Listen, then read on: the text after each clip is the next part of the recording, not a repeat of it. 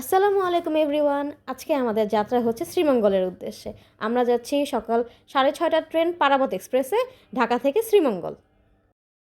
সাধারণত ঢাকা থেকে শ্রীমঙ্গল যেতে 4 বা 4.5 ঘন্টা লাগে, কিন্তু আমাদের সেদিন লেগেছিল প্রায় 7 ঘন্টার মতো, কিছু যান্ত্রিক সমস্যার কারণে। যদিও এত লম্বা একটা জার্নির পরে এত সুন্দর ওয়েদার দেখে সম্পূর্ণ ক্লান্তিটাই যেন মিটে গেল। রিসোর্টে যাওয়ার পথটা দুর্গম হলেও সেখানে যাওয়ার পর আমাদের স্বাগতম করা হয় একটি মজাদার ওয়েলকাম ড্রিঙ্কস দিয়ে। আমরা সেদিন থাকার জন্য নিয়েছিলাম অরণ্যের দিনরাত্রি রিসোর্টটি।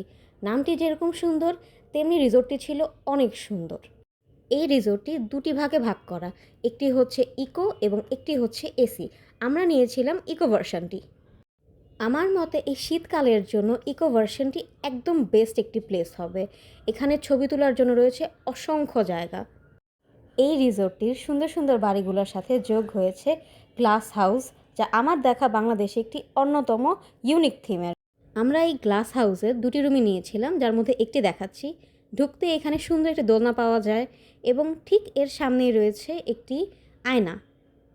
এর সামনেই রয়েছে শতরঞ্জি, একটি টেবিল ফ্যান, একটি জিনিসপত্র রাখার টেবিল, দুটি চেয়ার, এখান থেকে একটি চেয়ার আমি সাইডে রেখেছি, এবং একটি সিঁড়ি যা দিয়ে আপনারা চলে যেতে পারবেন উপরে, যেখানে কিনা শোয়ার ব্যবস্থা করা হয়েছে।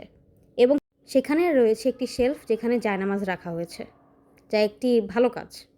নিচে রয়েছে ওয়াশরুমটি যথেষ্ট পরিমাণে পরিষ্কার ছিল, এতে গিজারেরও ব্যবস্থা ছিল, মিনিমাম টয়লেট্রিজ ছিল, শ্যাম্পু, সাবান, টুথপেস্ট।